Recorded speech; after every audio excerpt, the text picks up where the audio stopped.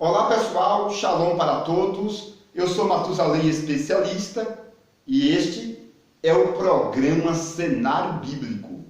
Hoje eu estarei falando 8 segredos sobre Balaão e a jumenta falante. E as perguntas que não querem calar são as seguintes: foi Deus ou um anjo que abriu a boca da jumenta? Segundo, a jumenta falou em que idioma? E a terceira pergunta: Sansão matou 1000 homens com a queixada da jumenta que era de Balaão? Todas essas respostas e muitos outros detalhes você ouvirá daqui a pouquinho.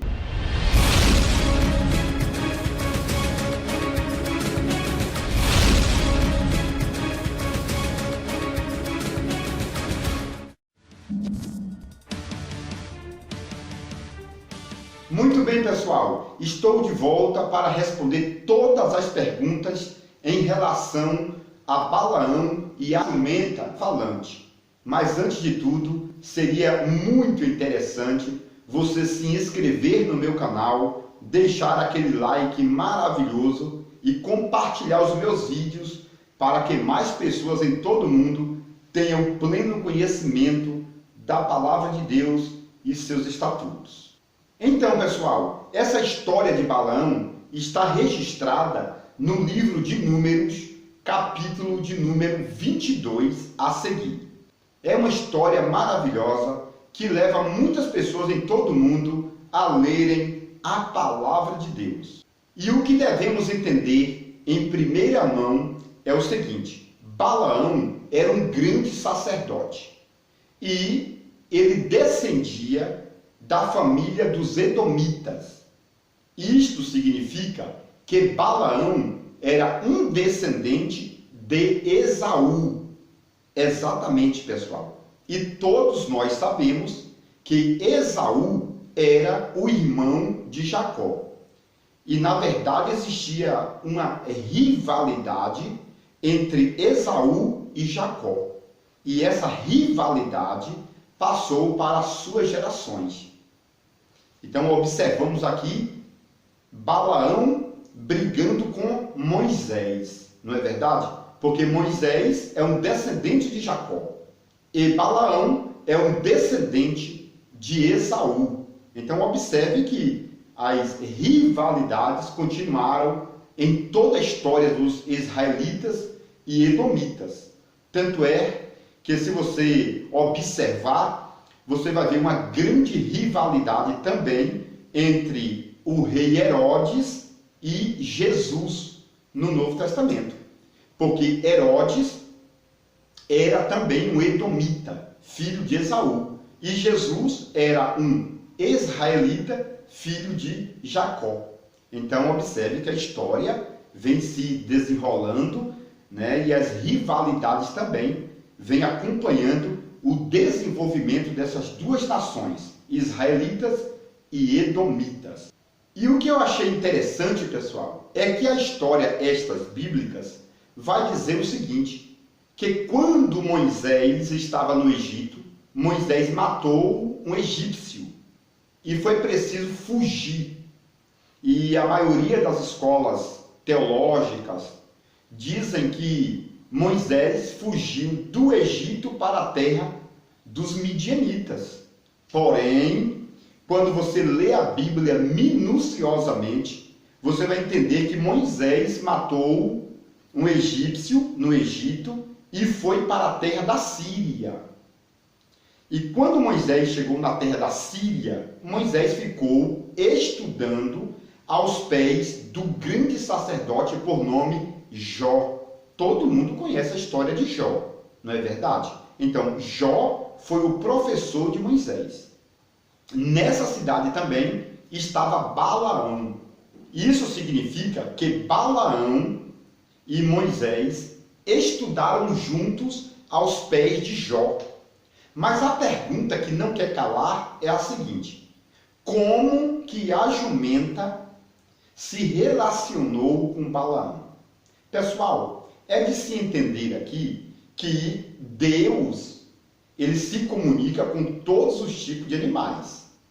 E também Deus se comunica com as árvores e com a natureza. Tanto é que a Bíblia diz que as árvores batem palmas para Deus, tá bom? Isso significa que Deus entende o idioma das árvores e também dos animais e da natureza de forma geral. A história também diz que Jesus se comunicava diretamente com a natureza. Tanto é que Jesus se comunicava com os peixes, não é verdade? Certa feita, em uma pesca maravilhosa, Jesus falou com os peixes e os peixes vieram para a margem do mar da Galileia e os discípulos fizeram uma pesca maravilhosa. Uma outra feita, Jesus falou com o vento: aquieta-te, vento. E o vento, não é verdade? Ouviu a voz de Jesus e aquietou. Jesus também falou com o mar: aquieta-te, mar. E as águas se acalmaram. Então Deus se relaciona com os animais, Jesus também se relaciona com os animais e também com a natureza. A história também diz que Adão, no jardim do Éden, conversava com todos os tipos de animais, tanto é que Eva, era amicíssima de uma serpente e conversava no idioma da serpente, ou talvez a serpente falava no idioma de Eva, que segundo a história era o hebraico. Isso é muito interessante, porque em toda a história você vê que existe um relacionamento entre Deus e os animais e também entre os humanos e os animais. A história também vai dizer, por exemplo, que Nabucodonosor se transformou em um lobisomem. E a história diz que ele se comunicava com os animais naqueles 7 anos em que ele ficou transformado em um lobisomem, tá bom? Então, existia sim essa comunicação entre os homens e os animais. Esses animais recebiam uma qualificação intelectual, subiam de nível e conversavam com os seres humanos. Muitas das vezes também eram os seres humanos que se transformavam. Na verdade, existe um poder sobrenatural e com este poder sobrenatural as pessoas se relacionam com os animais ou os animais se relacionam linguisticamente com os seres humanos. Agora, pessoal, uma pergunta interessante é o seguinte: foi o anjo ou foi Deus que abriu a boca da jumenta? Porque se você pegar uma tradução, você vai entender que foi Deus quem abriu a boca da jumenta. E aí a Bíblia arqueológica vai dizer o seguinte: o anjo abriu a boca da jumenta. E aí fica essa interrogação, foi o anjo ou foi Deus que abriu a boca da jumenta? Pessoal, se Deus ou um anjo, ou talvez um humano, abrir a boca da jumenta, não vai acontecer nada. Ou seja, a jumenta não vai falar simplesmente porque alguém abriu a boca dela. Não é verdade? Então, o texto bíblico, quando diz que Deus abriu a boca da jumenta, ou o anjo abriu a boca da jumenta, o texto está dando uma margem para você entender que houve um sobrenatural. E isso é muito importante porque a partir de agora vai surgir várias linhas teológicas ou várias correntes teológicas tentando explicar o que aconteceu. Porque existe uma corrente teológica que diz o seguinte, que quando Deus abriu a boca da jumenta foi para o Espírito Santo entrar na jumenta.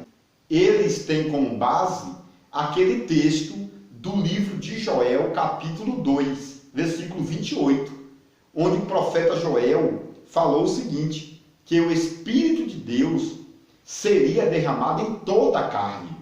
A jumenta é uma carne, não é verdade? A jumenta é um corpo. Eles acreditam que quando Deus abriu a boca da jumenta, aconteceu um sobrenatural. Ou seja, o Espírito Santo entrou dentro da jumenta. Porém, a própria palavra de Deus diz o seguinte, que nós somos o templo do Espírito Santo. Lá no livro de 1 Coríntios, capítulo 3, 2 Coríntios, capítulo 6, fala sobre este assunto de que nós, humanos, somos o templo do Espírito Santo. E o Espírito de Deus jamais entraria em um animal.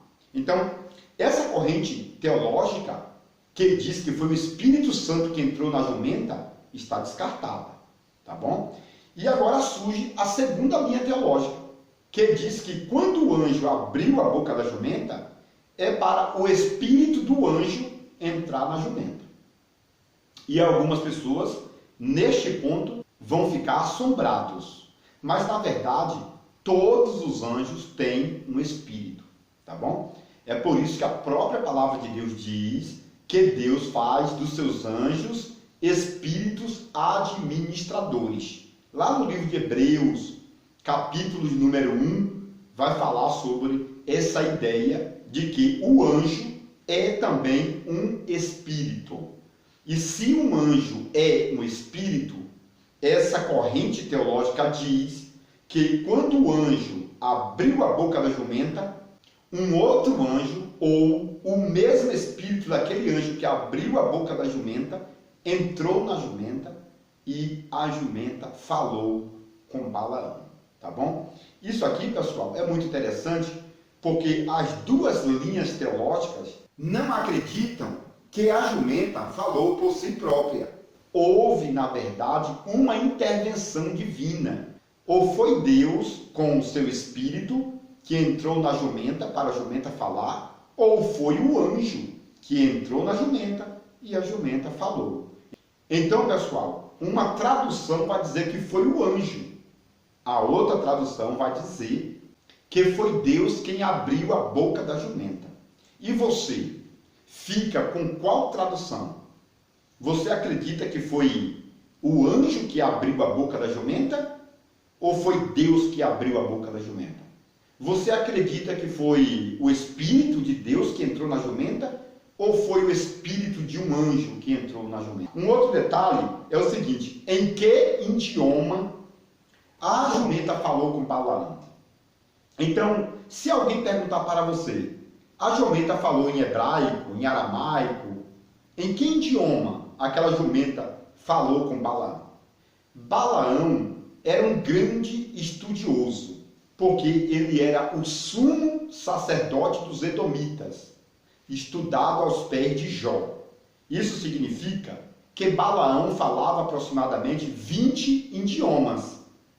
Isso também significa que se a jumenta falou em hebraico, em aramaico, em cananeu, ou em grego, ou em latim, isto não tinha o menor problema.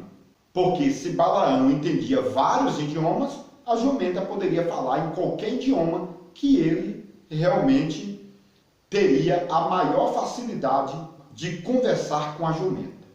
A segunda linha diz o seguinte, que Balaão conversou com a jumenta por telepatia, ou seja, pelo poder da mente.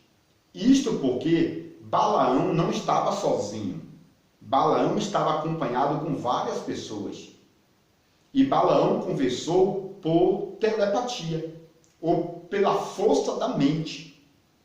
Isto é muito importante, pessoal, porque às vezes interpretamos o texto literalmente, mas a Bíblia não fala se essa jumenta falou no idioma de Balaão ou se falou por telepatia.